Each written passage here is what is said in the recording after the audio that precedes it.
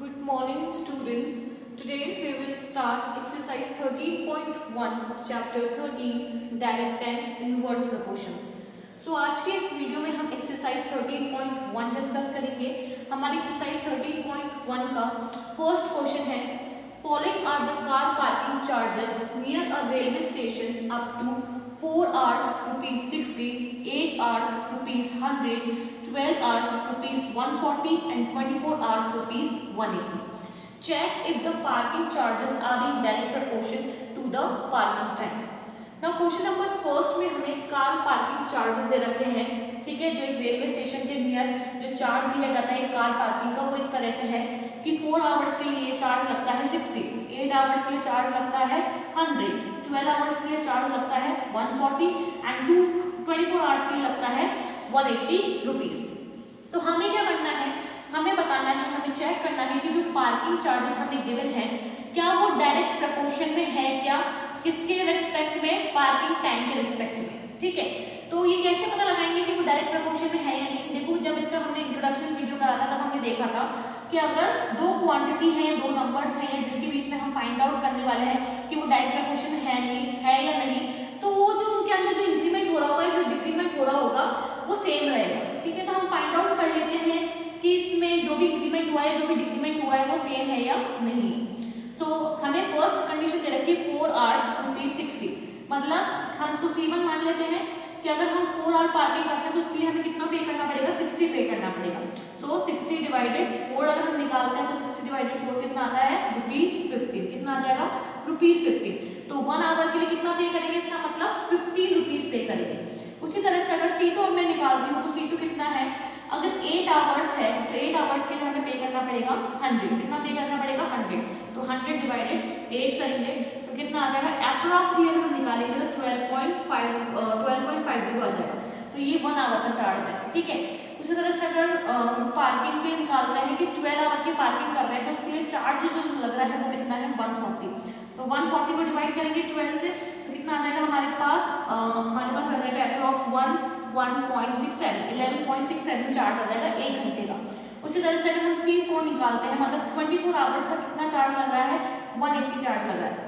तो 180 को डिवाइड करेंगे 24 से तो कितना आ जाएगा, ₹7.50. ये सारी ही चार्जेस हमें निकाल लिए हैं कितने, 1 आवर के. कितने निकाल लिए, 1 आवर के हमने निकाल लिए हैं. तो देखो, फर्स्ट वाले केस में ₹50 लग रहा है, सेकंड वाले केस में 12.50 लग रहा है, थर्ड वाले में 11.67 लग रहा है and the last one is 7.50. तो यहाँ पर जो चार्जेस है हर एक घंटे पर आवर पर वो सेम नहीं है. मतलब C1 जो है वो इक्वल नहीं है C2 के और C2 इक्वल नहीं है C3 के और C3 इक्वल नहीं है C4 के. तो इस केस में क्या है, therefore the parking charges are not in direct proportion to the parking time. तो जो हमारे पार्किंग चार्जेस है वो डायरेक्ट प्रपोर्शन में नहीं है विद रिस्पेक्ट टू या to the parking time. Now let's come to the question number second. Second क्या है, a mixture of paint is prepared by mixing 1 part of red pigments with 8 parts of base. In the following table, find the parts of base that needs to be added. देखो, question number second में आपको एक table दिखेगी. ठीक है, वो क्या है, इसमें एक मिक्सचर है पेंट का जो किससे बनाया जा रहा है, उसमें 1 पार्ट रेड पिगमेंट का मिक्स किया, उसी तरह से 8 पार्ट्स बेस के मिक्स किए जा रहे हैं. ठीक है, तो हमें टेबल दिख रही होगी. देखो, parts of red pigment 1, 4, 7, 12, 20 add किया गया है, तो उसमें पार्ट्स ऑफ बेस कितने होंगे ये हमें फाइंड आउट करना है. ठीक है, तो देखो, जब पार्ट ऑफ रेड पिगमेंट कितना है, 1 है, तो उसमें कितना ऐड किया जा रहा है, उसमें ऐड किया जा रहा है 8. कितना ऐड किया जा रहा है, 8 ऐड किया जा रहा है. तो A1 हमने बोल दिया 1 को और हमारे पास उस तरह से B1 कितना हो गया, 8 हो गया. ठीक है, यहाँ पर हमारे पास B1 कितना आ गया, 8 आ गया. सो अब देखो, यहाँ पर हम क्या चेक करेंगे, A1 अपॉन B1 किसकी इक्वल आ जाता है, K की इक्वल आ जाता है. So A1 1 upon 8 is equals to K. तो हमारे पास कितना आ जाएगा, 1 इज इक्वल्स टू 8K. कितना आ जाएगा, 1 इज इक्वल्स टू 8K. लेकिन आगे यहाँ से K की वैल्यू निकालेंगे तो वापस 1 अपॉन 8K आएगी.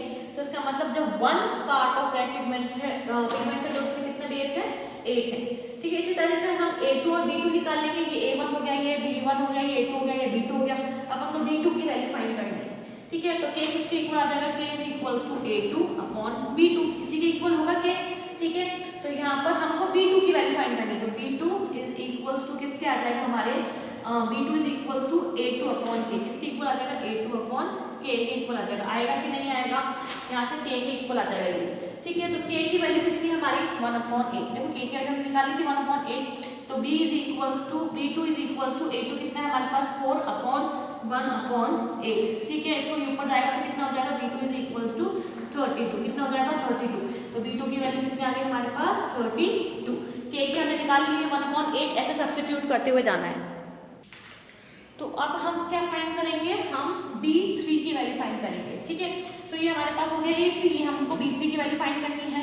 सो B3 किसके इक्वल आ जाएगा, देखो A2 upon B3 A3 equals to B3 is equals to K, ठीक है। तो अपन को किसकी वैल्यू फाइंड करनी है, B3 की वैल्यू फाइंड करनी है, ठीक है। तो B3 की वैल्यू फाइंड करने के लिए क्या होगा, A3 के नीचे कौन आ जाएगा, K आ जाएगा, तो A3 डिवाइडेड K, A3 के लिए अपने पास 7 दे रखी है, K की अपन ने वैल्यू निकाल ली थी, कितनी आई थी 1/8, इस 7 के ऊपर जाएगा 8, ठीक है। तो 7 × 8 कितना होता है 56, तो यहाँ पर कितना आ जाएगा हमारे पास 56 आ जाएगा। उसी तरह से A4 अपॉन B4 किसके इक्वल होगा, K के इक्वल होगा। अपन को B4 की वैल्यू फाइंड करनी है, अपन को B4 की वैल्यू फाइंड करनी है, तो अपने पास A4 कितना दे रखा है 12 दे रखा है, और K की वैल्यू क्या है 1/8, ठीक है। तो 1/8 अपन ने लिख दी, 12 से 8 से मल्टीप्लाई करेंगे तो कितना आ जाएगा 96, तो यहाँ पर कितना आ गया अपने पास 96। उसी तरह से हम A5 की निकाल सकते हैं, देखो 20 है, 20 डिवाइडेड 1/8 होगा, तो 20 को जब आप 8 से इंटू करोगे तो कितना आ जाएगा आपके पास, 8 2 से कितना होता है 16, तो यहाँ पर आ जाएगा 160, तो वहाँ पर लास्ट हमारे पास वैल्यू कितनी आ जाएगी 160 आ जाएगी।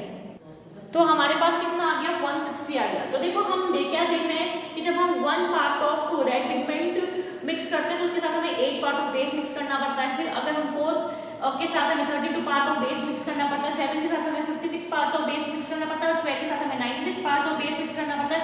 सिमिलरली 20 के साथ हमें 160 पार्ट ऑफ बेस ऐड करना पड़ेगा, ठीक है। तो यहाँ पर ये हमारी टेबल कंप्लीट हो चुकी है। क्वेश्चन नंबर 3 पर आते हैं। नाउ क्वेश्चन नंबर 3 क्या है, in question second about if 1 part of red pigments require 75 ml of base, how much red pigment should be mixed with 1800 ml of base. देखो question number 3 में क्या कहा है हमें, अभी हम क्वेश्चन नंबर 2 करके आए जिसमें हम मिक्सचर बना रहे थे पेंट का, जिसमें 1 पार्ट ऑफ हम रेड पिगमेंट ऐड कर रहे थे और उसमें हम 1 पार्ट ऑफ क्या मिला रहे थे, बेस मिला रहे थे। इसी तरह से हमको आगे की टेबल को कंप्लीट करना था। इस बार हमें उसने बोला है कि अगर हम 1 पार्ट ऑफ रेड पिगमेंट ले रहे हैं जिसके लिए क्या रिक्वायर्ड है 75 ml base required, 1 part of red pigment के लिए, ये है हमारे पास रेड पिगमेंट और ये है हमारे पास बेस। अगर 1 पार्ट ऑफ रेड पिगमेंट के लिए हमारे पास कितने पार्ट्स ऑफ बेस रिक्वायर्ड है 75, तो हमें क्या बताना है कि how much red pigment should be mixed with 1800 ml of base. तो कितना रेड पिगमेंट की हमें जरूरत पड़ेगी 1800 ml ऑफ बेस के साथ मिक्स करने के लिए। तो ये दोनों ही क्वांटिटी किस में है, डायरेक्ट प्रोपोर्शन में है, तो 1/75 किसके इक्वल आ गया, x/1800 किसके इक्वल आ जाएगा, इसके इक्वल आ जाएगा। अब क्या कर देंगे, क्रॉस मल्टीप्लाई कर देंगे और x की वैल्यू फाइंड कर लेंगे, तो 1800 इज इक्वल टू 75 को इंटू करा तो 75 इंटू x, ठीक है। अब 1800 को हम डिवाइड कर देंगे 75 से, क्योंकि हमें x की वैल्यू फाइंड करनी है, हम x की वैल्यू फाइंड कर लेंगे तो हमारे पास क्या आ जाएगा कि कितना रेड पिगमेंट चाहिए हमें मिक्स करने के लिए 1800 ml के साथ। तो जब हम इसको सॉल्व करेंगे तो हमारे पास x की वैल्यू कितनी आ जाएगी 24 आ जाएगी। So hence with base 1800 ml 25 parts of red pigment should be mixed.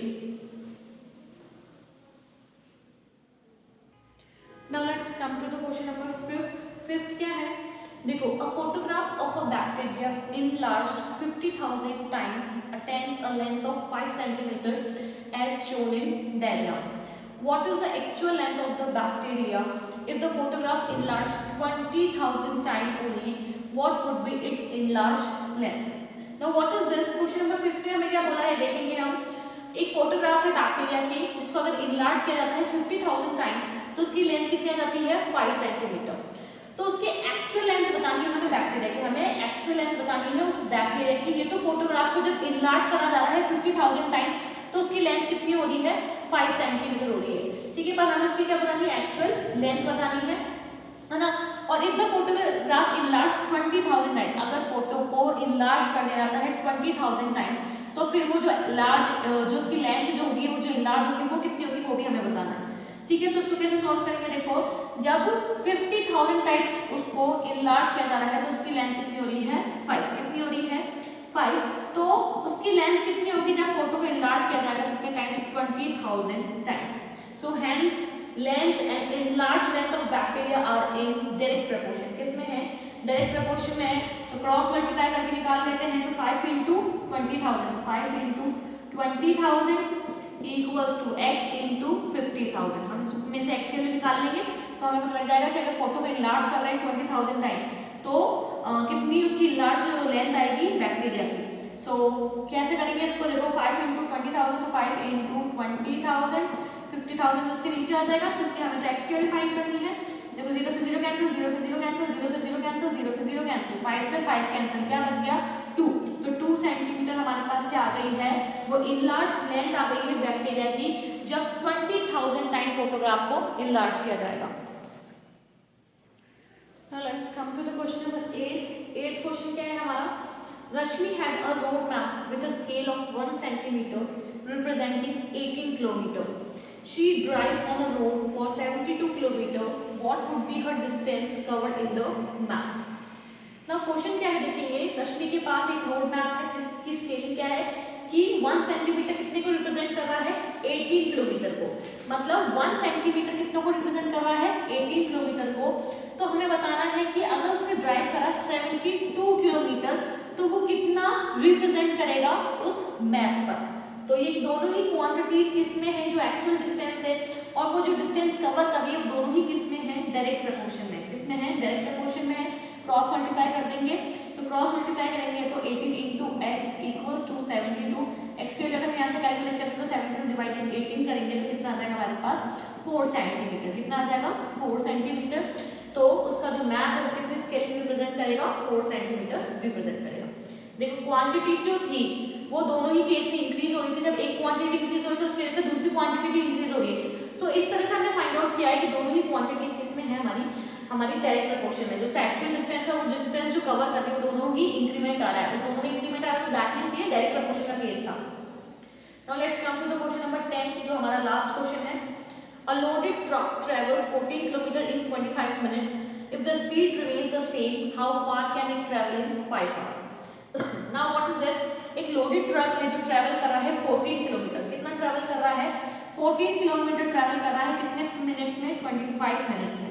ठीक है. तो if the speed remain the same, अगर वो अपनी स्पीड को कांस्टेंट रखता है, स्पीड जितनी वो ट्रैवल करके आ रहा था उतनी ही रखता है, तो how far can travel in 5 hours? तो वो 5 आवर्स में कितना ट्रैवल करेगा? कितना ट्रैवल करेगा 5 आवर्स में? ये हमें बताना है. तो देखो यहाँ पर ये जो टाइम हमें गिवन था ये किसमें गिवन था? मिनट्स में गिवन था. किसमें गिवन था? मिनट में. कि वो 14 किलोमीटर जो कवर कर रहा है वो 25 मिनट्स में कवर कर रहा है. यहाँ पर हमसे पूछ लिया है 5 आवर्स का, तो 5 आवर्स को हम किस में कन्वर्ट कर लेंगे? मिनट में कन्वर्ट कर लेंगे. हम जानते हैं कि 1 आवर में कितने मिनट्स होते हैं? 60 मिनट्स होते हैं. तो 5 को जब हम 60 से इंटू करेंगे तो कितना आ जाएगा हमारे पास? 300. तो ये हमारे पास अगर हम इसको मिनट्स में कैलकुलेट करते हैं 5 आवर्स को तो कितना आ जाएगा? 300 मिनट्स. तो which is equals to 300. Now cross multiply कर देंगे क्योंकि जो डिस्टेंस कवर है कर रहे हैं और जो टाइम है दोनों ही डायरेक्ट प्रपोर्शन में है. तो क्रॉस मल्टीप्लाई करेंगे तो क्या आ जाएगा? 25x equals to 14 into 300. ठीक है. आगे सॉल्व कर सकते हैं. आगे सॉल्व करेंगे तो कितना आ जाएगा हमारे पास? x की वैल्यू कितनी आ जाएगी हमारे पास? 168. कितनी आ जाएगी? 168. So therefore a truck can travel 168 kilometre in 5 hours. तो जो ट्रक होगा वो कितना ट्रैवल करेगा? वो 168 किलोमीटर ट्रैवल करेगा कितने में? 5 आवर्स में. ठीक है. तो ये था हमारा क्वेश्चन नंबर 10. नाउ यहाँ पर हमारी एक्सरसाइज 13.1 खत्म होती है. नाउ नेक्स्ट वीडियो में हम एक्सरसाइज 13.2 डिस्कस करेंगे. अब इस एक्सरसाइज के जितने भी रिमेनिंग क्वेश्चंस रह गए जिनको हमने इस वीडियो में डिस्कस नहीं करा है वो आपको खुद से ट्राई करने हैं और कोशिश करनी है कि आप उनको सॉल्व कर सकें. बाकी वो आपको पीडीएफ में अवेलेबल रहेंगे. उसके बावजूद भी अगर आपको कोई प्रॉब्लम आती है तो आप मुझसे पूछ सकते हैं.